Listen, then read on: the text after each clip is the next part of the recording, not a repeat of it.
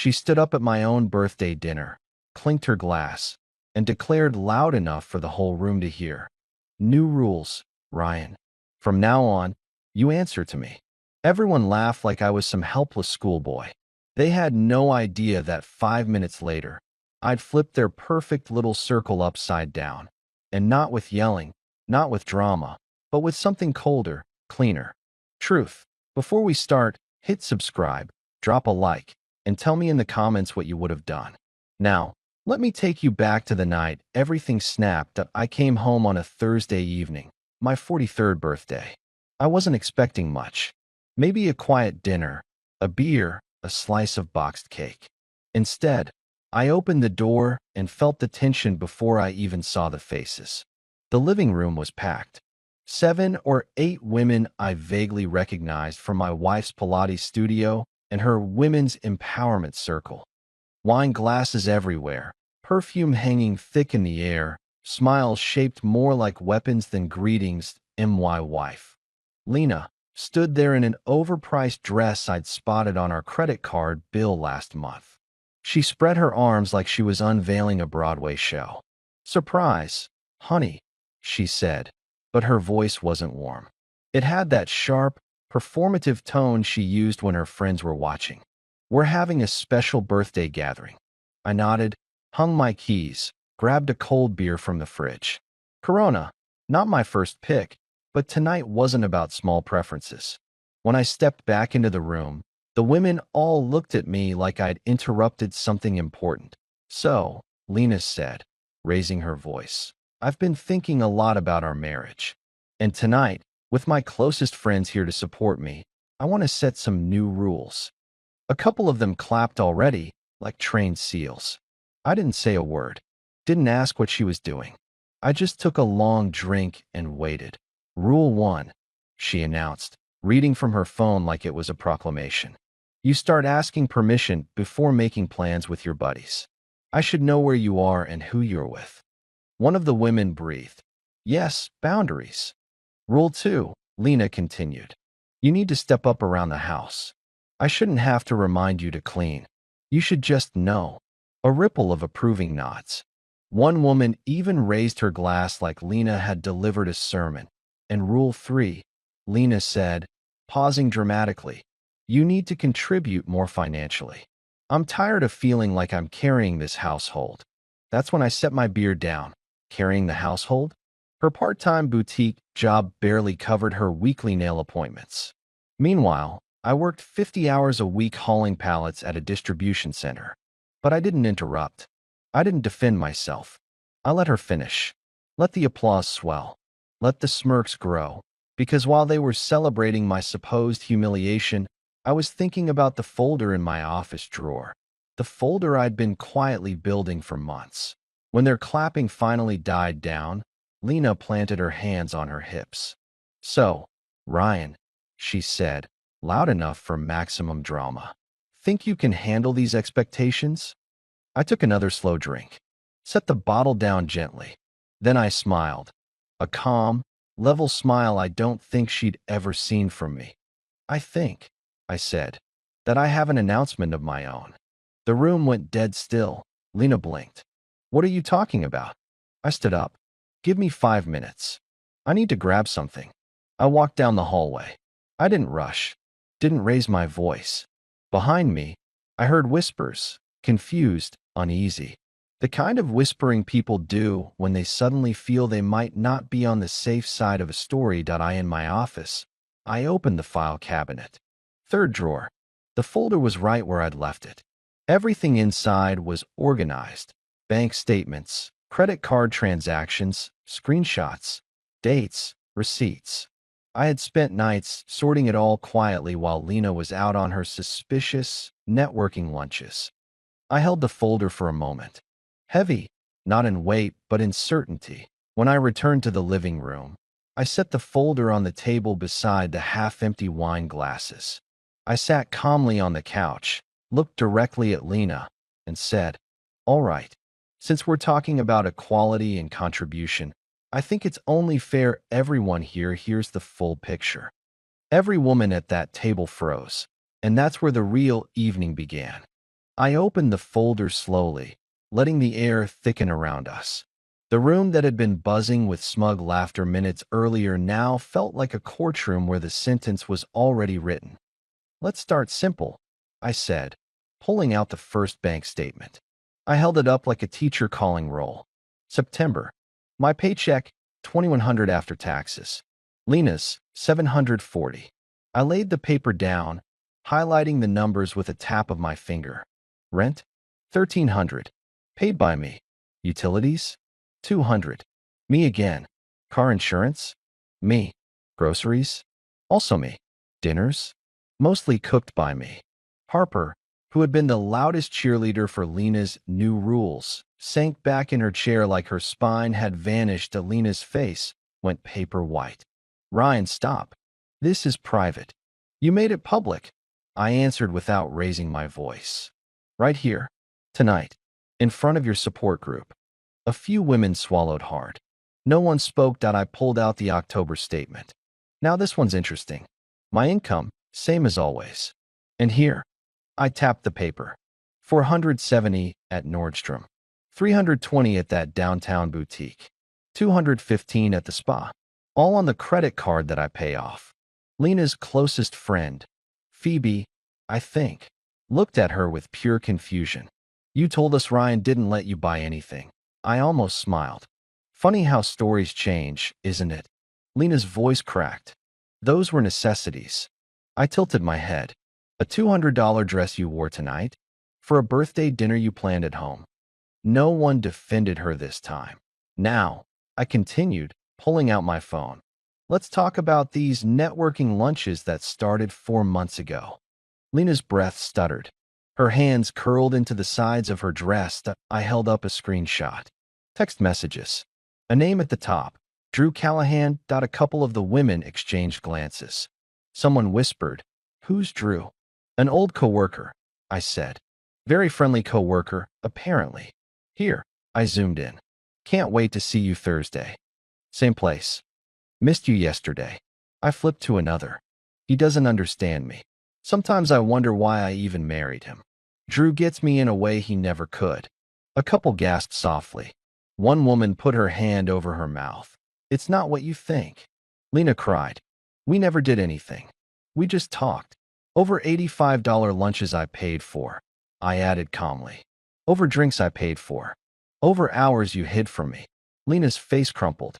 She pressed her hand to her forehead, like she could block the truth from hitting her. I kept going. "And while you were painting me as some controlling monster to your friends, none of you," I looked around the room, "knew that I paid 80% of our bills. None of you knew that Lena rejected full-time job offers because the hours weren't convenient. None of you knew that she's been meeting just a friend for months." Harper shifted uncomfortably. "Lena, you told us he wouldn't let you work more." Lena didn't answer. She just stared at the floor like the boards might swallow her. I pulled out one last sheet from the folder. A consultation summary from the divorce attorney. Quiet. Clinical. Final. "This," I said, "is the part one wanted to share tonight." Lena shot to her feet. "What is that?" "My new rule," I said. "You wanted structure? Here it is. There won't be a marriage." For a moment, no one breathed. Then the reactions hit at once. Gasping, whispering, chairs scraping back. A couple women grabbed their coats so fast they nearly tripped. Harper muttered, "Oh my God," and practically bolted for the door. Phoebe didn't even look at Lena as she fled. "I'll be filing Friday morning," I said, standing. "Papers will be served Monday. This apartment is in my name. Inheritance money from my uncle covered the down payment. You have 30 days to find a new place." The last woman at the table shook her head, speechless. Then she turned to Lena and said, "You lied to all of us," before walking out. Within minutes, every seat was empty, except mine and Lena's. She collapsed back into her chair, mascara streaking down her cheeks, surrounded by empty glasses and the ruins of her own performance. "You humiliated me," she whispered. "No," I said quietly. "You did that yourself." I just turned on the lights.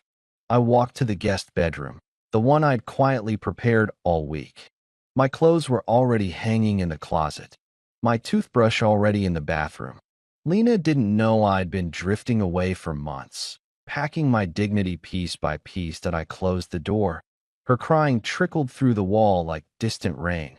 But for the first time in years, I didn't feel dread or anger, that I felt stillness, that a quiet that felt like the beginning of something new.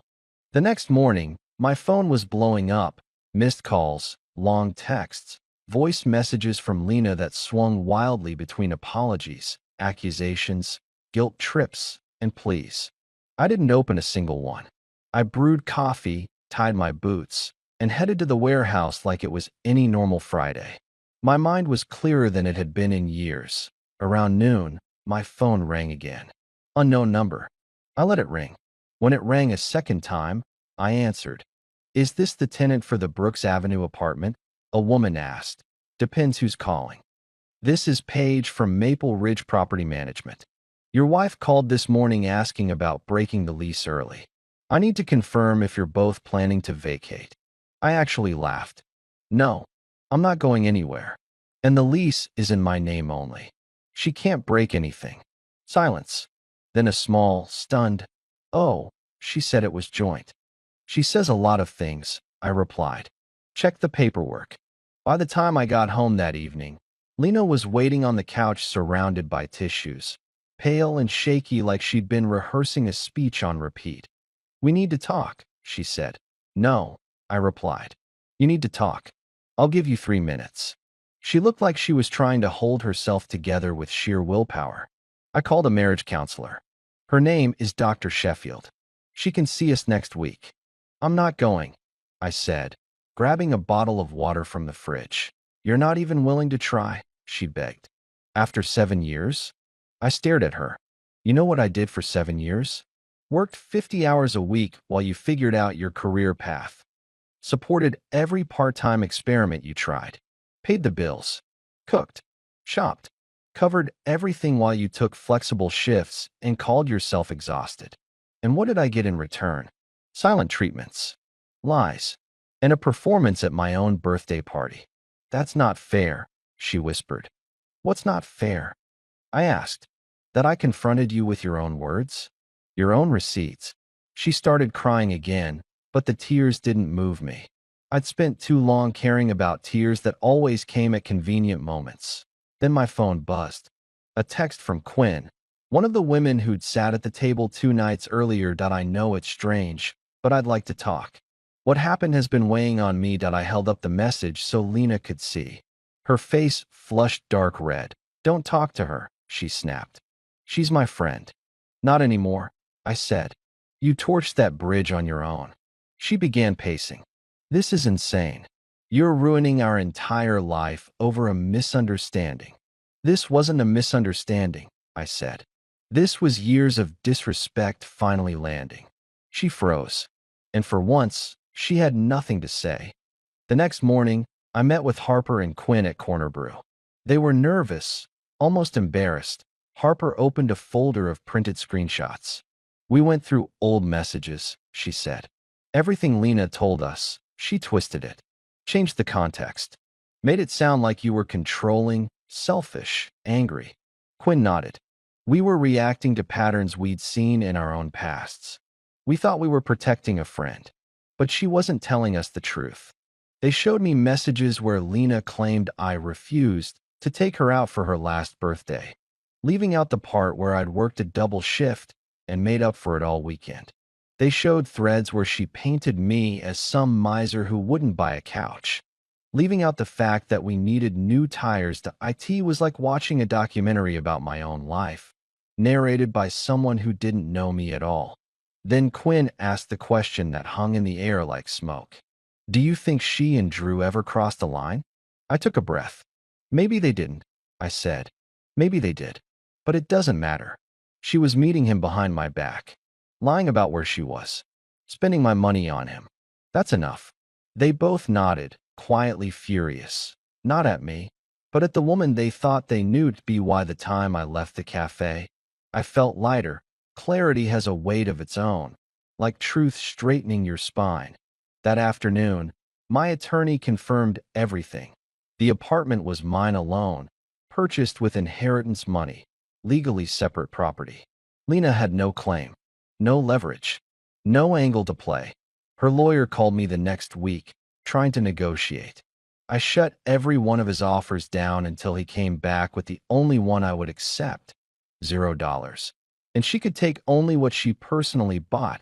By the time she moved out, the apartment looked half empty, but it felt more mine than it ever had. I sat on the floor with a slice of pizza, stared at the open space, and felt something I hadn't felt in a decade. Peace. 6 months passed.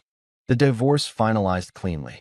I'd replaced nearly every piece of furniture, painted the walls the way I liked, picked up old hobbies, lifting, guitar, weekend hikes. My home finally reflected who I actually was, not who I had to be to keep the peace. That on my 44th birthday, my friends came over with beer and pizza. Real friends. We laughed, watched the game, existed without walking on eggshells. No drama, no manipulation, just life. Later that night, after everyone left, I stepped out onto the balcony and looked over the city lights. Last year, I'd stood in the same spot feeling trapped. Now, I felt freed. A spam call buzzed on my phone. I blocked it, went back inside, sat on my new couch, took a quiet breath. Lena wanted new rules. She ended up giving me a new life, and I wasn't giving that up for anything. If you enjoyed the story, make sure to subscribe, like, and drop a comment. It helps more people find our channel.